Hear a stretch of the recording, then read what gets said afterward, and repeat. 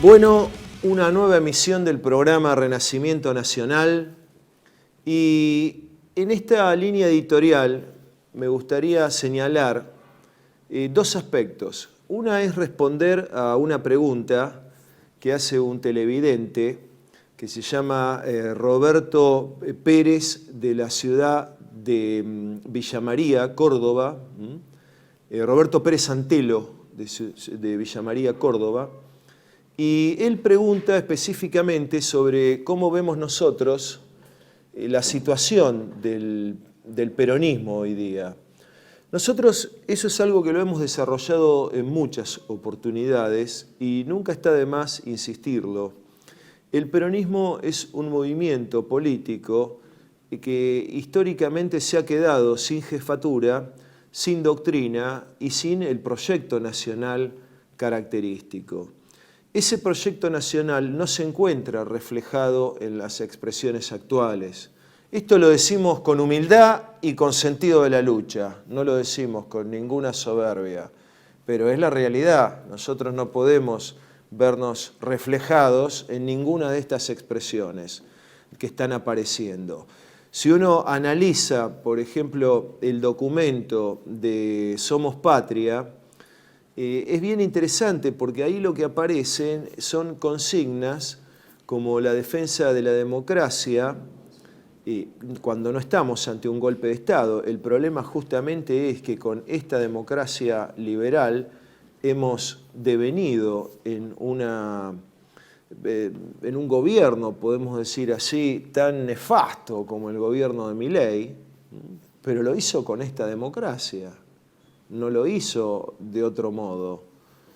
Es decir, ahí hay un colapso político del sedicente peronismo, en rigor el PJ, el kirchnerismo y todas esas expresiones, que no se hicieron cargo no de la derrota, sino del fracaso, que es otra cosa, porque la derrota electoral es consecuencia del fracaso.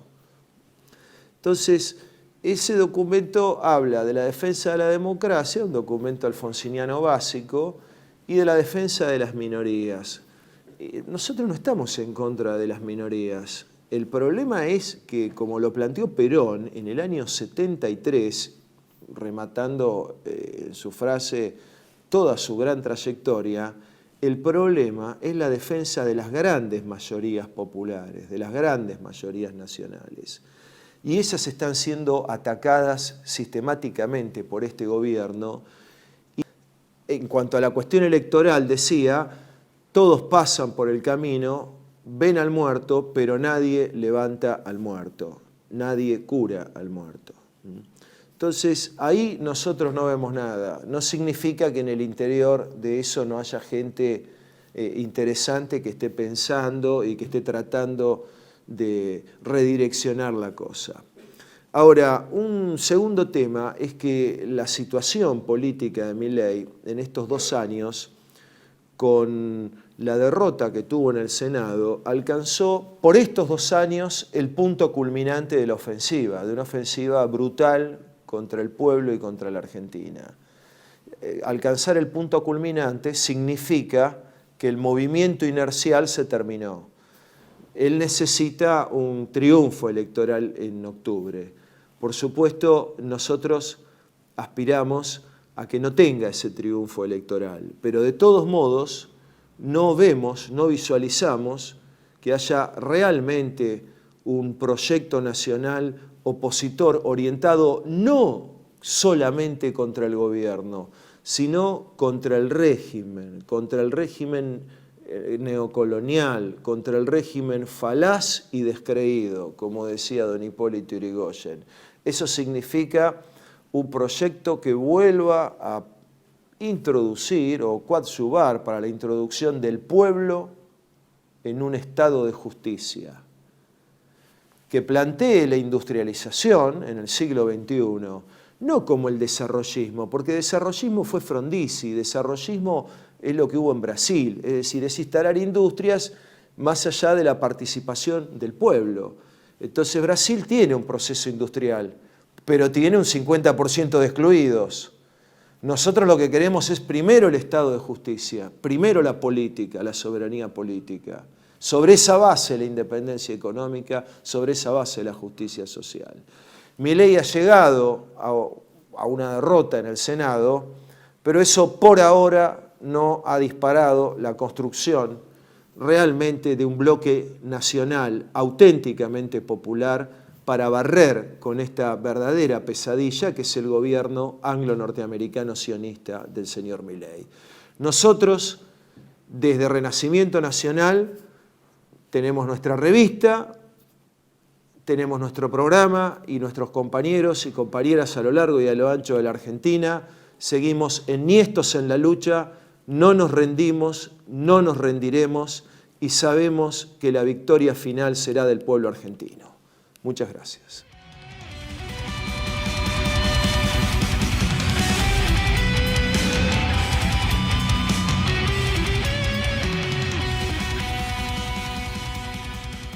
Hola, ¿qué tal? ¿Cómo están? Bueno, otra oportunidad para compartir con ustedes algún concepto clásico, estructural, de lo que denominamos doctrina justicialista o doctrina nacional a la luz del justicialismo, porque entendemos que en esto se juega nuestra identidad nacional y el proyecto político de nuestro país en la comunidad de las naciones. En esta oportunidad quería compartir con ustedes un concepto que nos parece estructural también de la doctrina justicialista, que es el concepto de evolución y de revolución. Ustedes fíjense cómo Perón, a través de su obra escrita, nos va describiendo un rasgo esencial, la famosa o denominada evolución de las naciones. Es decir, los pueblos en su devenir histórico van evolucionando, se van adaptando a las diferentes épocas y circunstancias. Este devenir histórico hace que al final de los tiempos se reúnan las naciones para el momento del juicio final. Pero para llegar a ese momento hay que construir una nación. El pueblo debe construir una nación. ¿Qué pasa si no se construye esa nación en el tiempo? Comienza una debacle en la cual, como decía muchas veces Perón, termina pereciendo. Grandes civilizaciones han perecido por haber perdido el ideario o la causa por la cual vivir y morir. Es tal la importancia de ello que entender el proceso evolutivo de los pueblos en el tiempo y en el espacio, hacen que entendamos la importancia de tener una causa, de comprender de dónde venimos, quiénes somos y hacia dónde vamos, en lo que denominamos proyecto nacional o una idea de proyección hacia el futuro con las raíces puestas en nuestra identidad. Para hablar de evolución, les preparé algunas pizarras para empezar a entender qué entiende la doctrina justicialista cuando hablamos de evolución. Si te parece, Mati, podemos ir a la primera. Fíjense. La historia de los pueblos, dice Perón, desde los fenicios hasta nuestros días, ha sido la lucha contra los imperialismos. Pero el destino de esos imperialismos ha sido siempre el mismo, sucumbir. En Perón hay una fuerte convicción de que en la lucha entre los imperios y los pueblos terminan triunfando siempre los pueblos y los imperios sucumben. Es decir, el avance de los pueblos es como el agua, apelaba a esa metáfora Perón, ¿no es cierto? Que si no puede porque está frenada, avanza, se filtra, se desplaza, pero nunca trata siempre de no perder la dirección, ¿no es cierto? De mantenerse en la supervivencia. La doctrina justicialista trata de aportar eso, la causa sustantiva por la cual un pueblo debe desplegarse en el tiempo y superar todos sus obstáculos. Esa fue la idea de una construcción, de una doctrina y de la necesidad de ella, sobre todo en un mundo tan complejo y de tantas diferencias y dificultades como el que estamos viviendo hoy. Perón sigue, fíjense en la segunda parte de la pizarra, cuando dice: su existencia obedece a un determinismo histórico. Como el hombre, nacen, se desarrollan, dominan, envejecen y mueren. Está en los pueblos superar este ciclo vital que tienen los imperios.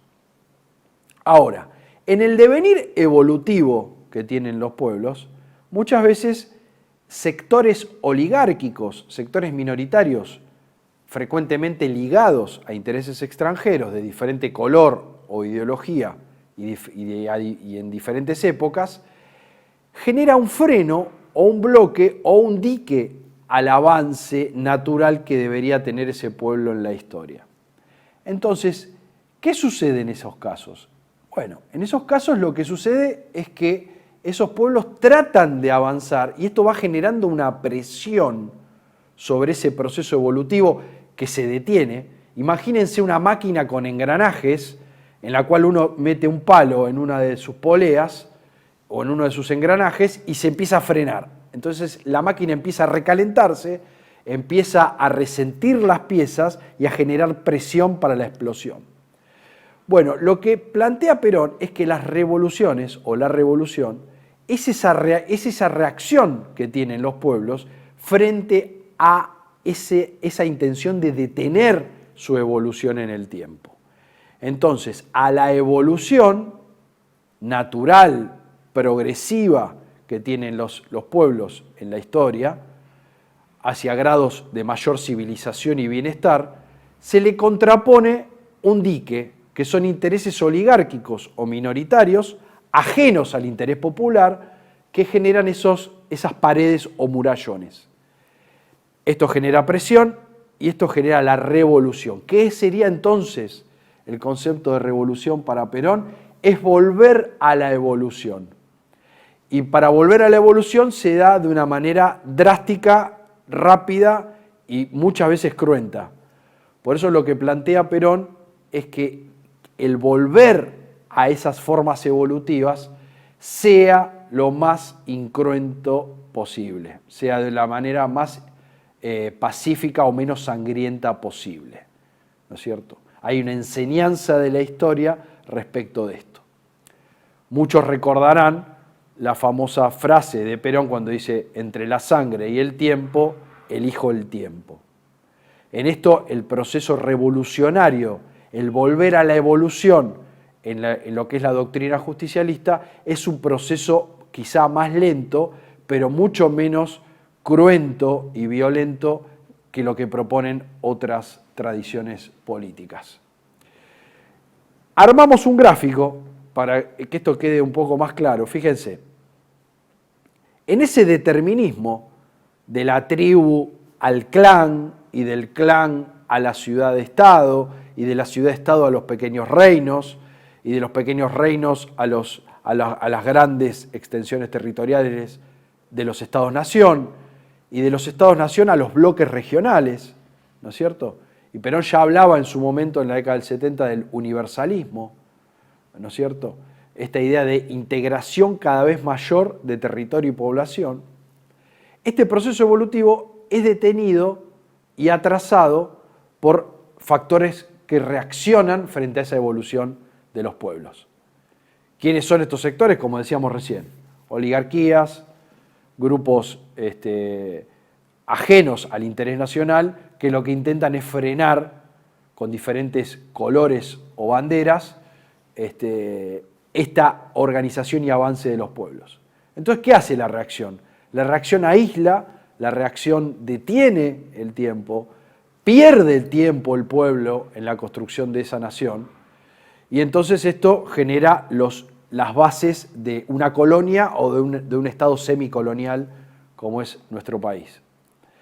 Entonces, ¿los pueblos qué tratan de hacer? Bueno, tratan de volver a la evolución y ahí se produce lo que se denomina la revolución. Que esta puede ser cruenta o incruenta.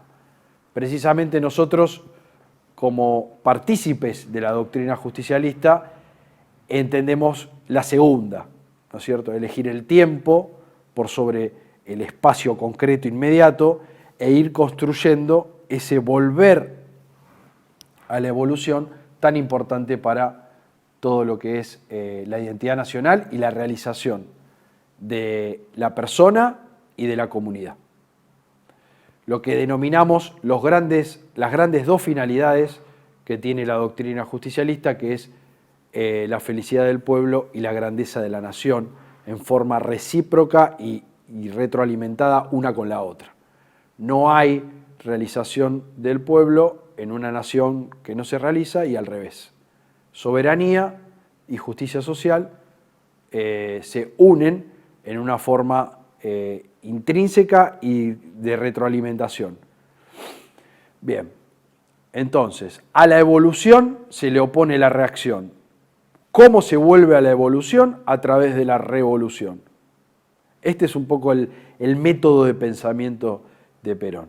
Y esa revolución puede ser cruenta o incruenta. ¿Estamos? ¿Queda claro hasta ahora lo que estamos diciendo? Nos parece que el gráfico este ayuda mucho en ese sentido. Avancemos entonces, Mati. Fíjense cómo el proceso de adaptación a esa evolución también es algo muy importante, porque si no nos adaptamos, si no conocemos la realidad de la época y no nos adaptamos a esa realidad, no montamos, ¿no es cierto? No ponemos una montura sobre esa evolución, como decía Perón, ¿no? Hay que construir la montura para cabalgar la evolución, decía Perón, ¿no? En términos gauchescos. Y es así, porque el devenir histórico es un trote. Lo que tienen que hacer los pueblos es construir ese armazón para poder montarse a esa evolución y darle un propio destino y una propia identidad dentro de lo posible. Fíjense cómo dice Perón en La Hora de los Pueblos, en el año 68, dice: el fatalismo evolutivo nos obliga a transformarnos o a sucumbir. Todo aquel pueblo o civilización que no se adaptó a un determinado proceso evolutivo, sucumbió. El justicialismo, entonces, dice, no es sino la transformación indispensable dentro de las formas incruentas hacia un socialismo nacional, cristiano y humanista, ¿no es cierto? Esto es fundamental porque la doctrina justicialista es nacional por cuanto es la identidad cultural de una nación hecha doctrina, en esto de que es una cultura que se infiere y se transforma y se vierte en un corpus doctrinario. Es una realidad histórico-cultural que se consagra en una doctrina. Es nacional por eso. Es social también porque tiene una preocupación base y sustantiva sobre la cuestión social, sobre las condiciones socioeconómicas y materiales de la persona en su convivencia comunitaria, y es cristiana por esta base de trascendencia en la cual cree. El ser humano, la persona humana, es cuerpo y espíritu. Y esto atraviesa, mejor dicho, toda la doctrina justicialista. Por eso nos parece interesante este planteo de que la evolución es lo normal, lo lógico en un proceso evolutivo de los pueblos, pero muchas veces se oponen momentos o factores reactivos a esa evolución. Se genera la revolución y el justicialismo tiene una propuesta para volver a esa evolución de la manera o de las formas más incruentas posibles. Bien, avancemos entonces, Mati, porque acá sí nos llama a la reflexión actual, porque uno dice, ¿cómo puede ser que todavía estemos discutiendo la justicia social, estemos discutiendo la soberanía política, estemos discutiendo a nivel supraestructural o institucional la cuestión Malvinas? ¿Cómo es posible que todavía estemos en ese estadio? Entonces, fíjense Perón cuando dice el daño que produce esto, porque dice el desastre, en el año 68 dice esto, ¿no? El desastre ha sido producido por una reversión inconsulta del sistema justicialista hacia formas ya perimidas por la evolución. En el micro anterior habíamos visto que la tercera posición es también una justificación o un fundamento histórico, esa denominación. Es la tercera posición porque la primera había sido el liberalismo decimonónico, luego habían nacido los colectivismos y luego había venido el justicialismo. Ahora de vuelta a apelar a la primera posición y tratar de disfrazarla o actualizarla como si fuese lo más evolucionado posible, es realmente de una farsa y de una gran mentira, no solamente histórica, sino política. Uno puede o no compartir la doctrina justicialista, pero sí entender que es el mayor grado evolutivo que tuvo la conciencia política argentina en el devenir de su construcción. Por eso es tercera posición, además de sus dimensiones filosóficas y sus dimensiones geopolíticas. Es tercera porque es la tercera posibilidad de respuesta, mucho más evolucionada y civilizada que ese auge del liberalismo del siglo XIX. Pretender que eso sea hoy una revolución amparados en términos de libertad, cuando no se discute el verdadero término de libertad, nos parece una gran injusticia y una gran arbitrariedad. Vamos a dedicarle un micro a la categoría de libertad, porque nos parece interesantísimo discutir en el terreno que nos proponen hoy, ¿no es cierto? Esto de hablar de la libertad. Se llenan la boca muchos sectores hablando de libertad. Bueno, ¿qué entendemos nosotros por libertad? Lo vamos a ver en términos evolucionados y en términos propios de la doctrina nacional. Lo vamos a ver en un próximo micro seguramente. Así que bueno, quería recordarles que cualquier duda o consulta lo pueden hacer en el correo electrónico que va a figurar abajo seguramente. Cualquier reflexión, aporte, será bienvenido. Bueno, muchas gracias. Nos vemos en el próximo micro y recuerden siempre, como decía Francisco, la patria es un don, pero la nación es una tarea de todos los días de todos los argentinos y argentinas. Gracias.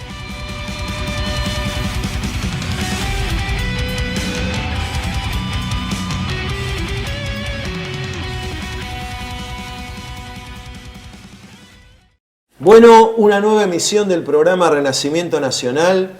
Hoy estamos con dos co-conductores, Vinicius Bulo Brás y Eduardo Mauri.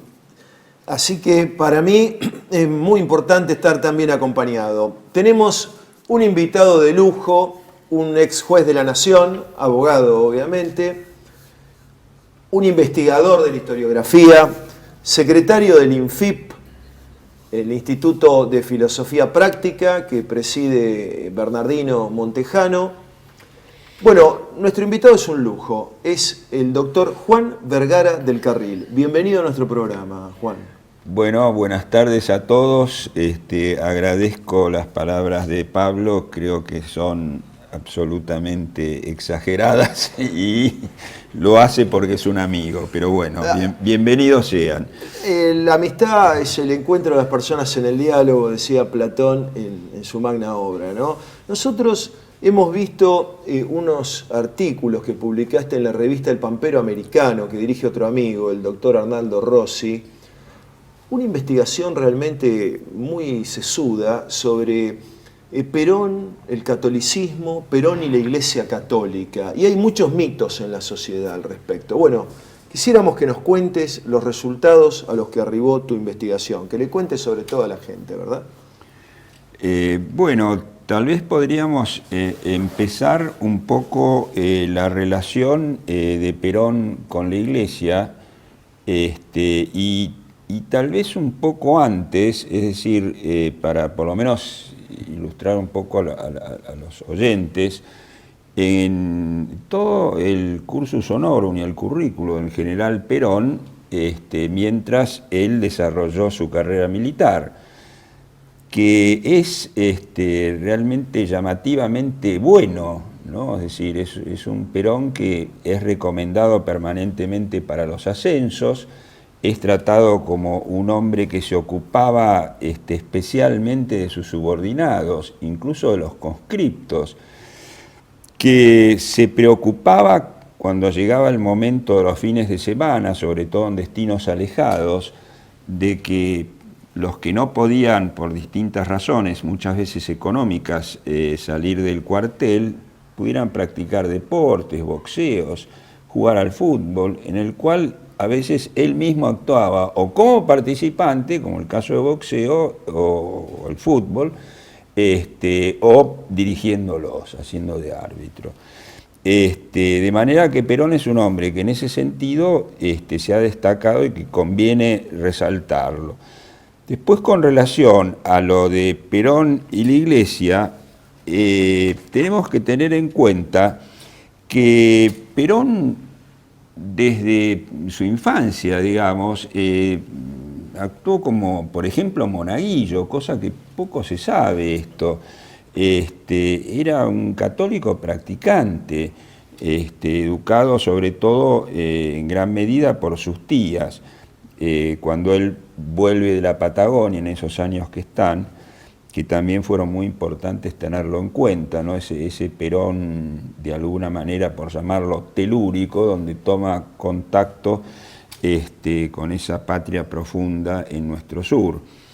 Y toda esta relación de Perón es buena con la Iglesia, es decir, Perón era un católico, apostólico y romano, ¿no? De esto no cabe ninguna duda. El problema que se suscita, por ejemplo, con la Iglesia, lo comenta un sacerdote jesuita, Ludovico García Loidi, que escribe un libro, lo publica en el año 55, Caído Perón, al mes de Caído Perón, aparece el libro.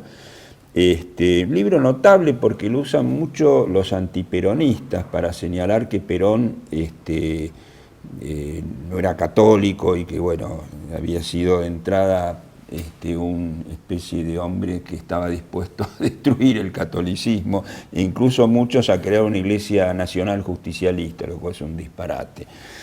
Y García Eloidi, cuando escribe este libro, lo pone en su prólogo diciendo que, toda su documentación es de segunda mano, que no es testimonial, de manera que está sujeto a ciertas revisiones y al futuro a lo que se pueda decir.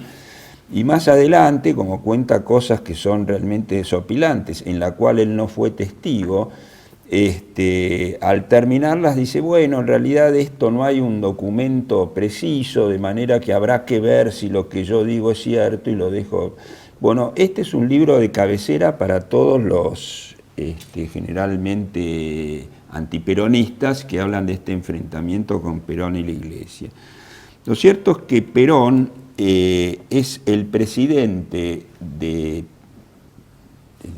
todos los, digamos, desde que existe la parte presidencial, es decir, en la Argentina, aún superior en este apoyo a don Juan Manuel de Rosas, en la Iglesia Católica.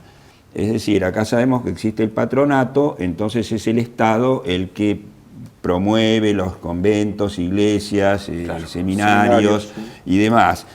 Generalmente acá, caído Rosas, los gobiernos que aparecen, que son de tendencias a veces netamente masónicas, a veces liberales, positivistas y sobre todo muy laicistas, retasean este apoyo a la Iglesia, ¿no? Perón, en cambio, colabora, pero ampliamente. Es el presidente que más apoyó a la Iglesia Católica, en todo sentido, e incluso en los estipendios que cobraban los obispos y sacerdotes y religiosas del Estado. Para que tengamos una idea, por ejemplo, como mero ejemplo, la fundación de Eva Perón tenía 23 capellanes, de los cuales el superior el padre Benítez, ¿no? Realmente es insólito. Él es el que pone capellanías en todos los regimientos. Tiene capellanías personales él en la Casa de Gobierno, ¿no? Es un hombre que en este sentido, y así se ve a través de toda su historia, con innumerable cantidad de sacerdotes que estuvieron junto a él. El general fue un gran devoto de la Virgen de Luján, en el 44, estamos hablando de 1944, reciente secretario de Trabajo y Previsión, dona su sable a la Virgen de Luján, que está allí, en la iglesia de Luján. Es decir, y siempre la tuvo consigo, siempre, es decir, y haciéndolo notar eso, cuando él, por ejemplo, en el 55 junta algunas cosas que en definitiva son una valija, pues no se lleva más, pero ¿no? En el 55, él pone que una de las cosas que lleva como, digamos, un tesoro es una imagen de la Virgen de Luján. Y un retrato de Eva. Y un retrato. Una foto de Eva. Exacto, y lo hace. Después, bueno, ya digo, la cantidad de elementos que hay para probar esto. Uno de ellos, no sé si me estoy extendiendo ya demasiado en esto, pero uno de ellos que es muy importante, que Perón no era solo terciario, como se dice, franciscano. Perón llegó a ser hermano franciscano, que esto yo me he enterado gracias a Clopet, ¿no? Que lo ha puesto en un libro y donde está el decreto donde lo designan junto con Eva Perón. Y ser hermano franciscano significa que todos los días tiene una misa para él, y que todos los triduos y demás cuestiones espirituales que tienen los franciscanos, Perón está incluido en esto, que es muy importante esto, es decir, supera el tema de ser terciario. Universalmente eso, ¿no? Universal, por supuesto, se hizo en universal. Italia, que como no estaba Perón, se puso un retrato de Perón, sí estaba presente en ese momento Evita en Roma, y esto es por la ayuda que había hecho Perón a los franciscanos, que fue realmente, no solo a los franciscanos argentinos, sino los franciscanos a nivel, digamos, universal, ¿no? Y general.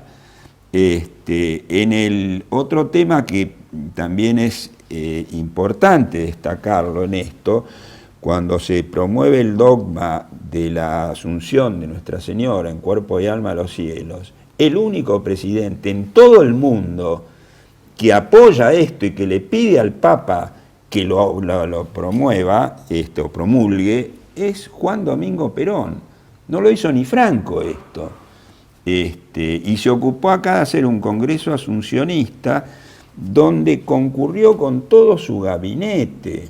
Y en el año 1950 propone que se haga un año santo, es decir, para la Virgen. Es decir, tiene pero infinidad de cosas, ¿no? De un hombre que permanentemente iba a los Te Deum, sus 3 matrimonios los hace por la Iglesia.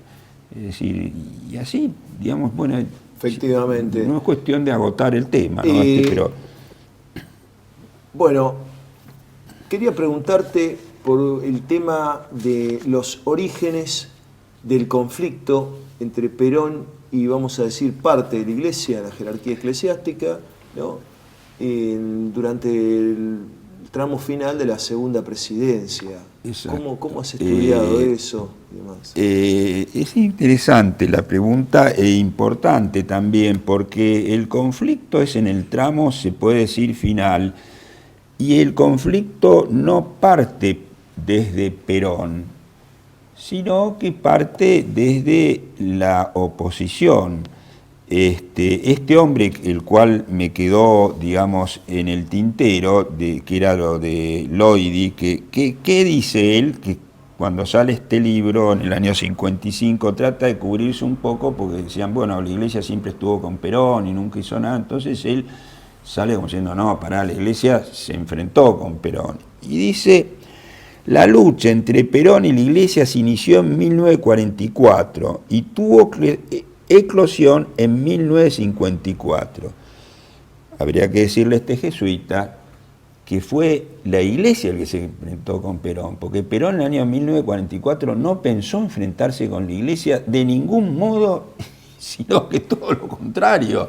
Es decir, ya en los discursos se lo ve eso y ya empieza a hablar de las encíclicas sociales en sus discursos. Además, la Iglesia, para las elecciones del 24 de febrero del 46, dijo que había que votar al candidato católico, que era sin Juan mencionarlo, Domingo Perón. Sin nombrarlo, pero todo el mundo entendió que era Juan Domingo Perón. Ese libro del jesuita, del padre Loidi, tiene toda la pinta de ser un libro de chimento y panfletario.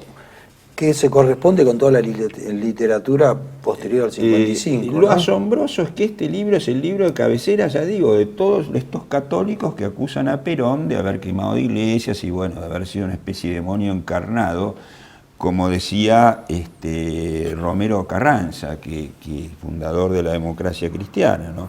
Que lamentablemente un buen hombre, personalmente era un hombre muy bueno, pero bueno, tenía como una obsesión y consideraba que Perón era un demonio encarnado. Entonces, claro, contra eso también es muy difícil y es una lástima, ¿no? Porque, perdón, me fui un poco, la pregunta era entonces cómo se inicia este conflicto.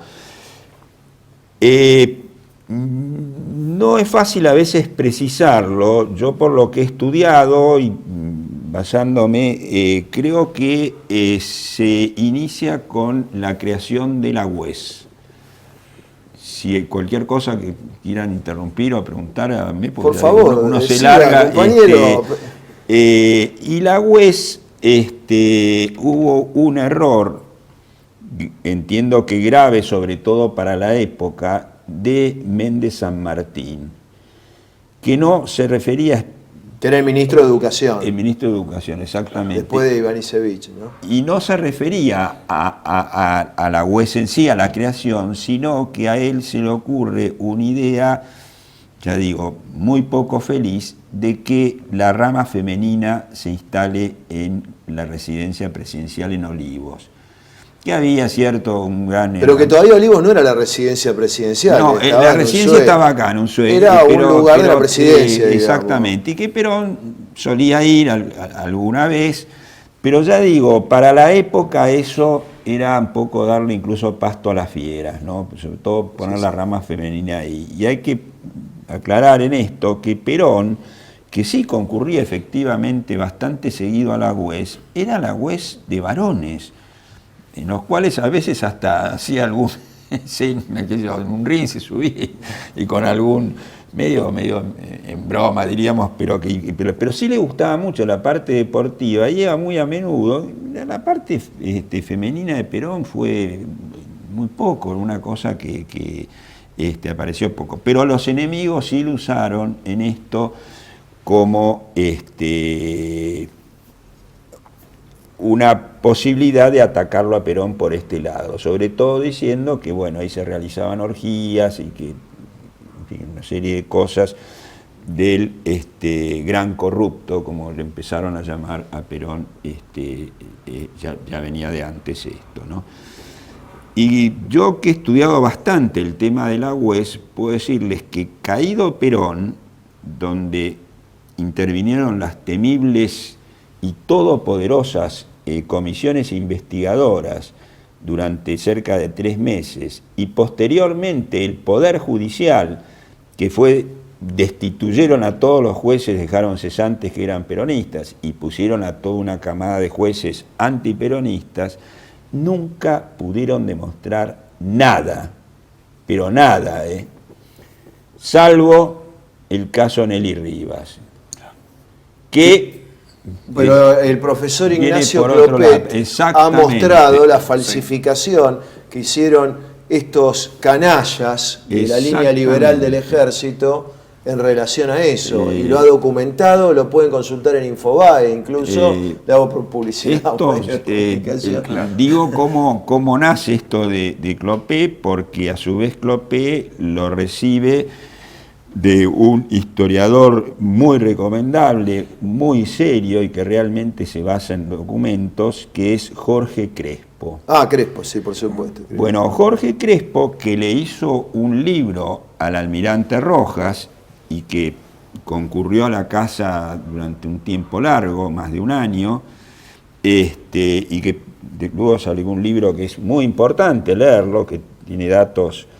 se terminó de alguna manera, qué sé yo, Rojas confidenciándole con él muchas cosas, incluso le contó cosas que pidió, lo autorizó a publicar cuando él muriera, que las tiene Crespo, que yo le insisto mucho que las publique porque son de una gran riqueza.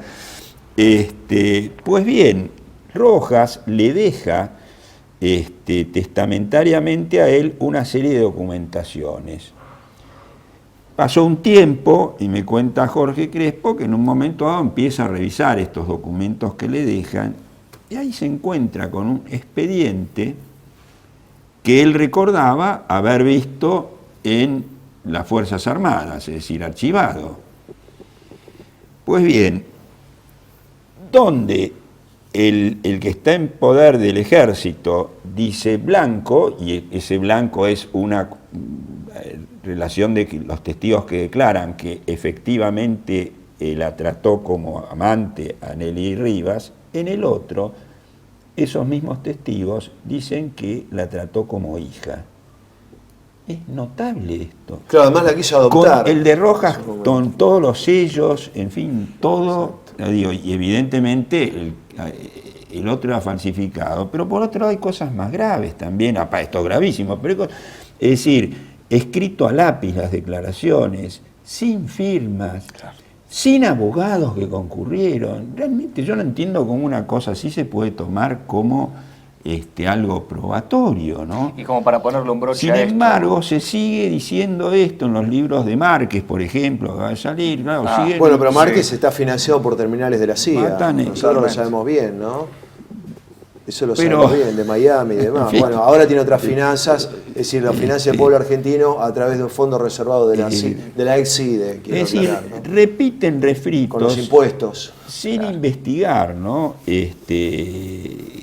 Por lo menos en profundidad, porque ya digo, lo de Lili. Y después es muy importante también tener en cuenta, todo aquel que se introduzca en esta historia, el tener en cuenta que las comisiones investigadoras tenían un poder que no lo tuvo Lenin, sí lo tenía formalmente, pero no escrito. Acá lo tuvieron por escrito las comisiones investigadoras, quienes podían actuar por encima del Código Procesal y cualquier ley escrita. No eran abogados, los que concurrían no podían concurrir con sus abogados. Se los citaba, por ejemplo, a horas a veces 11 de la noche, 12 de la noche, se empezaban a tomar las audiencias a las 3 de la mañana, con hombres delirantes como el capitán Gandhi, que por supuesto que no se llamaba capitán, Claro. ni era Gandhi. Próspero Fernández Alvariño Alvariño. tenía el cráneo de De Juan Tito, Duarte exactamente. en su escritorio y había trabajado con Bernardo Neustadt. ¿Te acuerdas? Sí, sí, sí. sí. Y Tesser y toda esa banda. Y ya que mencionan a Tesser y a Neustadt, fueron los dos responsables de la quema de las iglesias. De ahí salieron, digamos, y esto lo dice alguien que si bien se movió a través de los servicios, pero en esto hay que darle un valor probatorio, que es Guillermo Patricio Kelly. Ajá.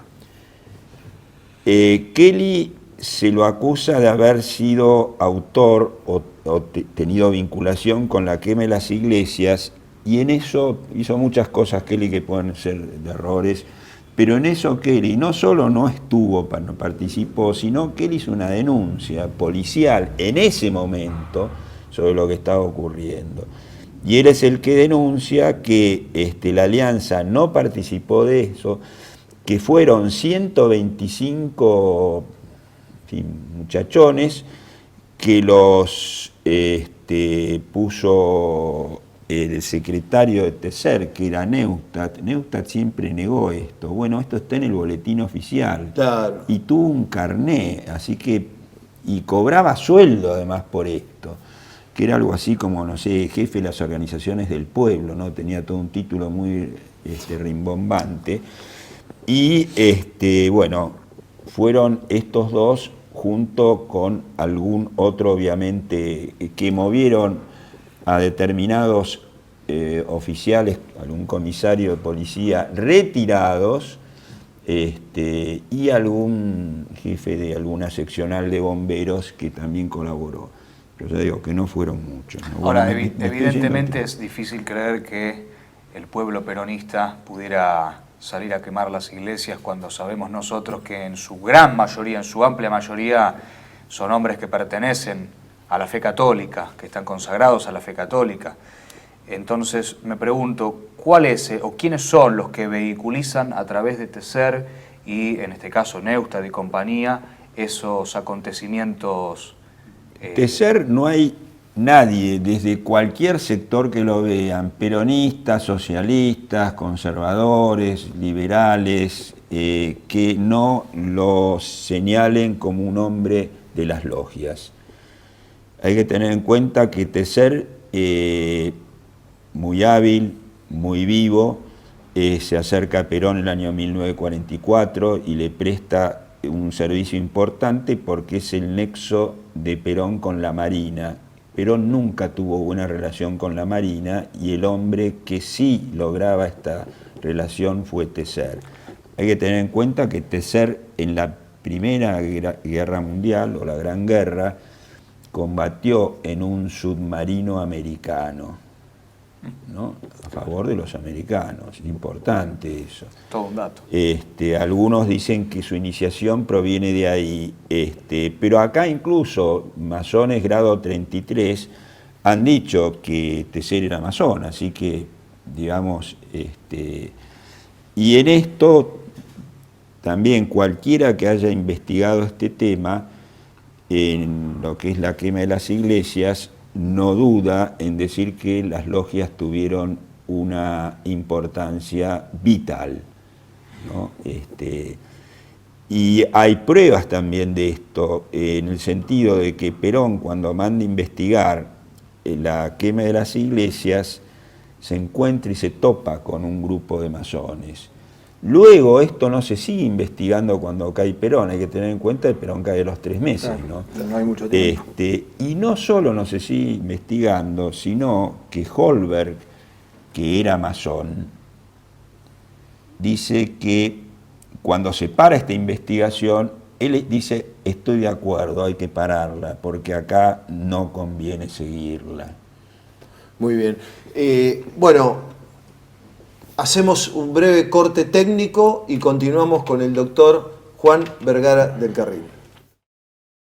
Residencia como en casa, siempre contigo. Es un hogar habilitado en la ciudad de Buenos Aires con más de 30 años de experiencia en el cuidado de adultos mayores. Ubicada en el barrio de Villa Real, en pasaje Francisco Bauzá 2372, casi esquina Tinogasta. Ofrecemos atención personalizada y un ambiente cálido para nuestros abuelos. Contamos con habitaciones premium, con baño privado y TV por cable, menú supervisado por nutricionista, cocina de primera calidad, jardín terraza para el esparcimiento y conectividad para videollamadas y llamadas telefónicas. Además, ofrecemos servicios opcionales como peluquería personalizada y confección de ropa a medida.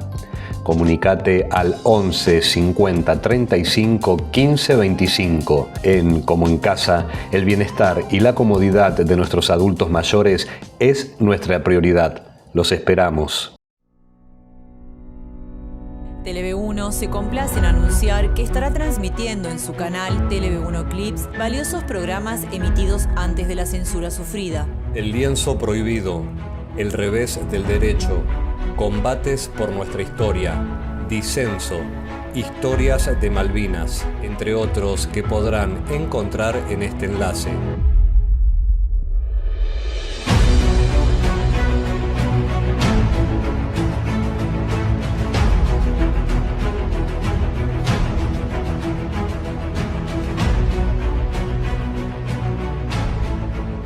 Agradecemos su aprovechamiento y difusión. Bienvenidos a CEPA, Centro de Estudios del Pensamiento Americano.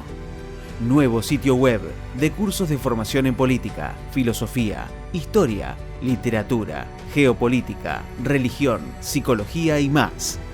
Cursos de formación que reflejan el verdadero pensamiento americano. Lo invitamos a elegir el curso de su agrado ingresando en www.cepa.la.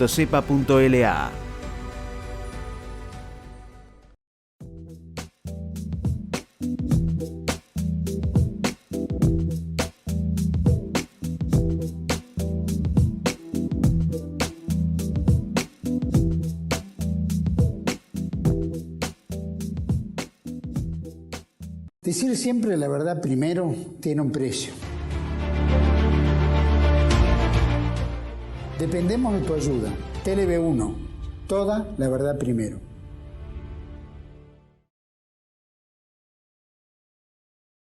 Bueno, continuamos aquí en Renacimiento Nacional entrevistando al doctor Juan Vergara del Carril. Profesor Juan, quería preguntarte lo siguiente.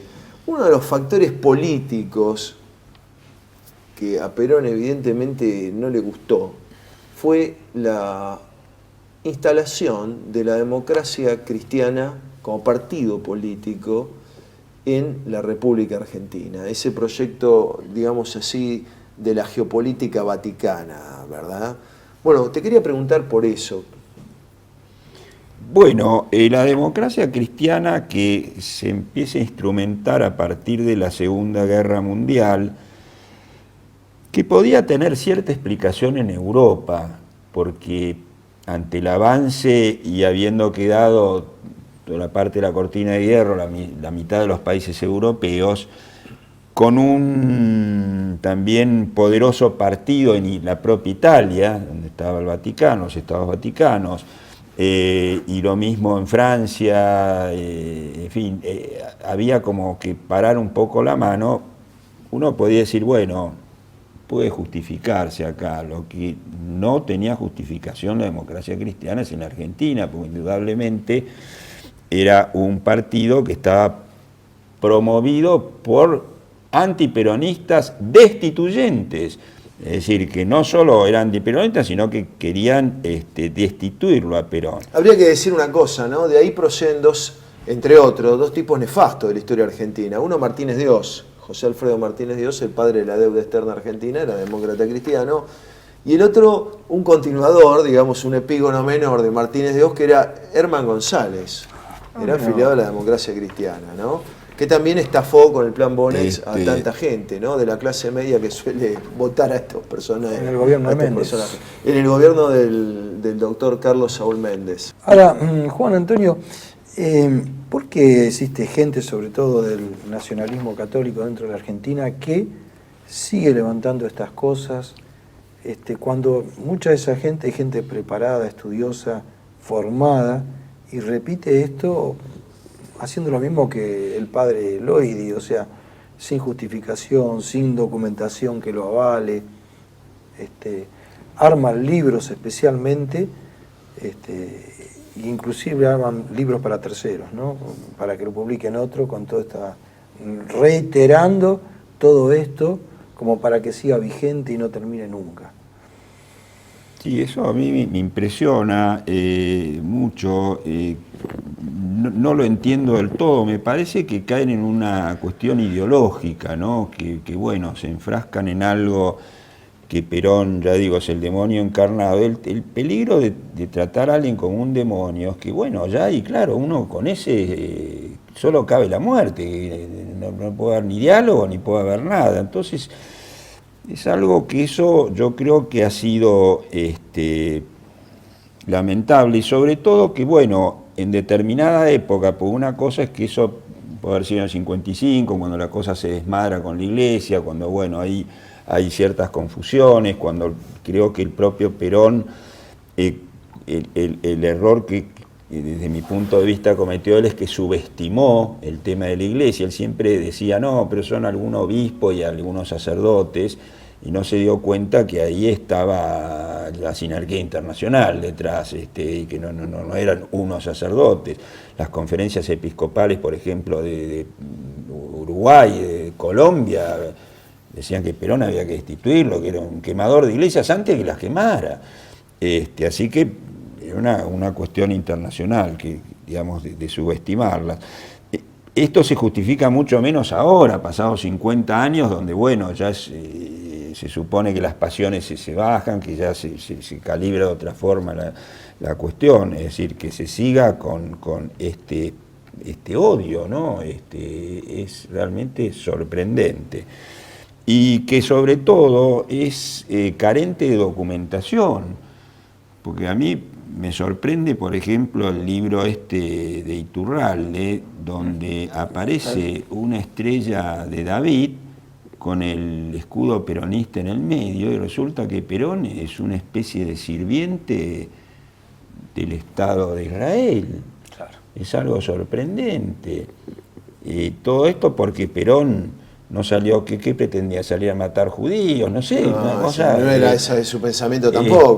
Pero por eso, es un supuesto, disparate total. disparate. Entonces, no sé qué buscan con esto, y que además, ya digo, no es cierto, porque Perón, para mí, con una estrategia importante, justamente de gran político, dentro de los judíos aprovecha, y contra lo que es la DAIA o otras instituciones como la AMIA, él saca la Organización Israelita Argentina. Claro, que eran peronistas. Que eran peronistas. Peronistas, por supuesto. ¿Cuál César es el Tiempo problema? estaba, claro, ¿Cuál ninguno. es el problema? El problema es para estos Iturralde y todos estos tipos. Tienen alma de secta también ellos, ¿no? En algún Estaban punto. con la tercera posición, independencia económica, justicia social, Claro. bienvenido sea. ¿Cuál es el problema? Es decir, integrados.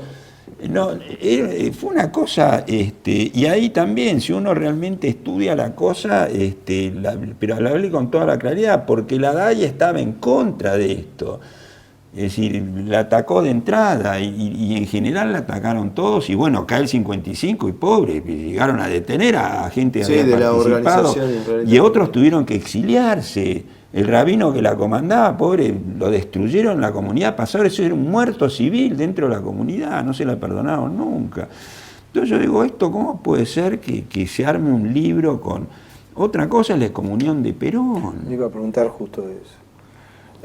Vos, Juan Antonio, has investigado el tema de la excomunión. Sí, que tampoco requiere mucha investigación. Hay un artículo del derecho canónico que dice que para excomulgar a un presidente de la República, o un rey o un príncipe, se requiere ineludiblemente la firma del sumo pontífice.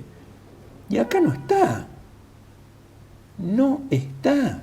Nunca fue excomulgado. Entonces, es que es como si, para poner un caso que entenderán los que, bueno, más o menos están en leyes, pero los que no están tan bien, es como si una sentencia la tiene que firmar un juez y la aparece firmando un secretario. Es nula, de nulidad absoluta. Está firmada por alguien que no tiene autoridad para hacerlo. Es nula. Ni siquiera Pío XII dejó, porque si en el decreto hubiera dicho, bueno, no lo firma Pío XII, pero autoriza o da un poder como para que firme otro, bueno, también violaba el derecho canónico, pero por lo menos podría haberse dado por esa circunstancia. Juan Y Antonio, después, digo, es una vergüenza desde todo punto de vista, es una cuestión que otra que el tren bala como se hizo, porque realmente es una cosa inexplicable, y además, yo lo digo personalmente, esto por ahí se van a ofender muchos amigos que tengo dentro del catolicismo, aclaro que soy también católico apostólico romano, que yo lo hubiera echado a Monseñor Tato antes que lo echó Perón. Es decir, a Tato, que es otro gravísimo error de este comunicado que tiene 3 errores en 10 líneas, es que se habla que hubo un decreto de expulsión. Esto lo dice el comunicado del Vaticano, donde lo excomulga Perón, que no lo nombra tampoco. Perón no está nombrado en este decreto excomulgatorio. Y lo que se hizo no hay ningún decreto, no hay ninguna ley, no hay ningún rescripto, no hay nada donde figure que se lo expulsa a Monseñor Tato. Tato y Novoa. Lo que hay, bueno, Novoa no era obispo y tampoco aparece en el decreto, así que Novoa está aparte. Lo que hay es una exoneración del cargo, y esa exoneración se hace amparada en la Constitución Nacional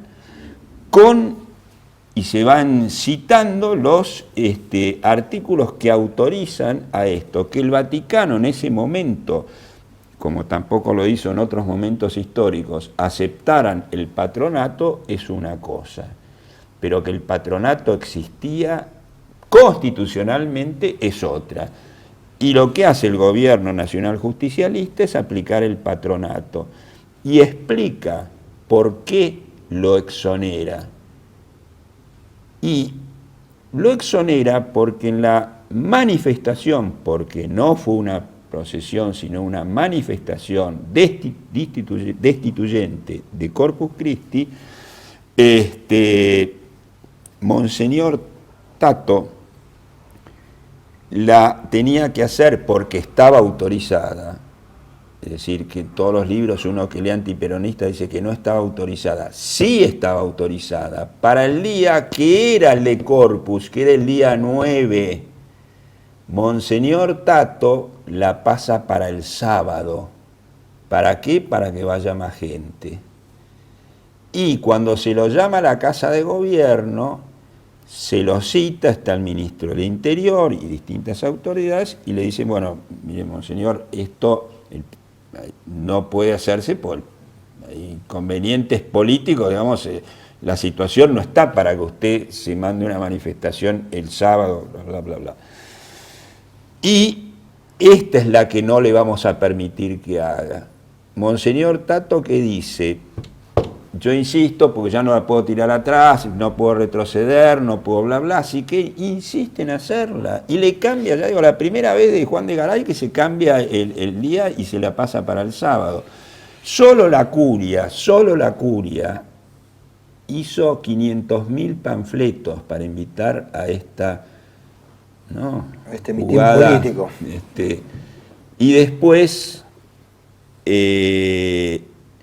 todos sabían, porque ¿cuál es el argumento de Tato? Bueno, como esto ya está rebasado y para no crear este clima que el gobierno dice, la vamos a hacer en la catedral.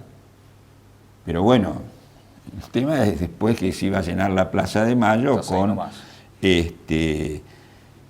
y se hizo entonces algo que, ya digo, en el decreto que salió en el boletín oficial, donde se señala por qué se lo exonera, están todos los argumentos que son jurídicamente legítimos. ¿Por qué? Porque Tato sabía, que era además el conductor de la Acción Católica acá, que a los pocos días iban a bombardear la Casa de Gobierno para matarlo a Perón. Y sabía que si Perón no moría, los comandos civiles, amigos de Tato, varios de ellos, tenían la mandato, la orden de que después de 3 minutos del último bombazo que cayó en la Casa de Gobierno, ellos tenían que avanzar y si Perón estaba con vida, matarlo. Todo esto que yo estoy relatando lo cuentan los propios antiperonistas. Es decir, mi información de acá sale todos de los libros y algunos furibundos antiperonistas. Los comandos civiles, hay que decirlo, fue la primera organización terrorista de la Argentina moderna, porque mataban dirigentes obreros, mataban policías, ¿verdad? Y bueno, cometieron grandes tropelías. Pusieron bombas en Plaza de Mayo, en estaciones de subte. Claro. Y ahora hay una estación que tiene el nombre de Roque Carranza, que fue una puso la bomba. Bueno, Juan, para nosotros ha sido un verdadero lujo tenerte hoy. Queríamos hacerte una pregunta final. Ustedes y perdón la dispersión. No, nada, ninguna dispersión. Una pregunta final, creo yo. Vos estudiaste en algunos cursos, digamos, cursos importantes, ¿no?, con una figura conocida por el peronismo, pero por las entrañas del viejo movimiento nacional justicialista, que fue el gran latinista doctor Carlos Di Sandro. Queríamos que nos cuentes, digamos así, en estos breves minutos, tu impresión y tu huella de este gran profesor que fue Di Sandro. Sí, el doctor Carlos Di Sandro lo considero un hombre de una cultura excepcional, un filólogo profundísimo. Y traductor de Rerum Natura, una traducción argentina de Lucrecio. La tengo y tengo su tesis del año 44, por ahí en la Universidad. Traductor de griego, ¿no? Sí, de latín. Era latinista, sobre todo. El latinista, Era pero latinista. también, obviamente, conocedor del griego y sobre todo, no solo un conocedor, sino realmente un hombre, un filólogo que iba al meollo de las cosas, ¿no? Después, un hombre de una gran capacidad docente, oírlo a él realmente era una delicia. A veces, en cambio, en sus escritos es un hombre que cuesta por ahí su lectura, no es fácil a veces en muchas de sus obras, ya digo, pero en las disertaciones de él, y un hombre que podía ir, ya digo, como recién hablábamos antes del programa, a la CGT a hablar y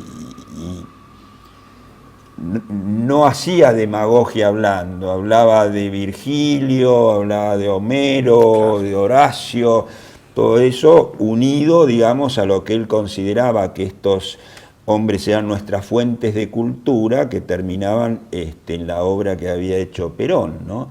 Así que, y los participantes gremialistas salían aplaudiéndolo a rabiar, ¿no? Sí, sobre todo tuvo una relación con José Ignacio Rucci, Eso quería ¿verdad? preguntarle, Muy- justamente. Sí. Te adiviné el pensamiento. No, claro, porque Pero sabías que venía por ahí. Diría que eso, ¿por qué ocurre? Que la tenía, pero ocurre porque Perón ordena que en el año 1967 y en enero, es decir, empezando el 67, es importante ver las fechas, ¿no? Porque lo que se decía de Perón, que Perón, bueno, se ataba con la guerrilla, con Fidel Castro, qué sé yo, bueno, están las cartas a él, donde él es el que tiene que dedicarse a predicar la doctrina del movimiento, y Perón le dice, bueno, acá el que autorizo es a doctor Carlos Di Sandro. Es una carta personal que después la manda a Pavón Pereira, ¿no? Si Pavón Pereira dice, bueno, acá está el hombre de la doctrina, llamémosle custodio de la doctrina, ¿no? Sí, hay que oírlo a él. Y eso es notable. Y después, sobre todo, bueno, con Rucci, que presente, tan querido Rucci, bueno. Bueno, en esta circunstancia, para nosotros, vuelvo a repetir, un honor, un gusto tener como invitado el día de hoy al querido amigo, al querido maestro, Al compañero.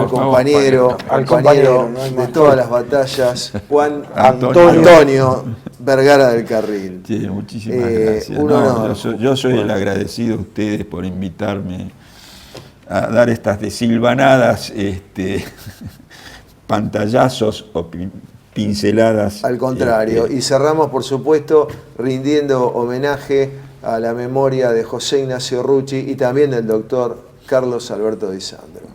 Presentes ambos. Así es.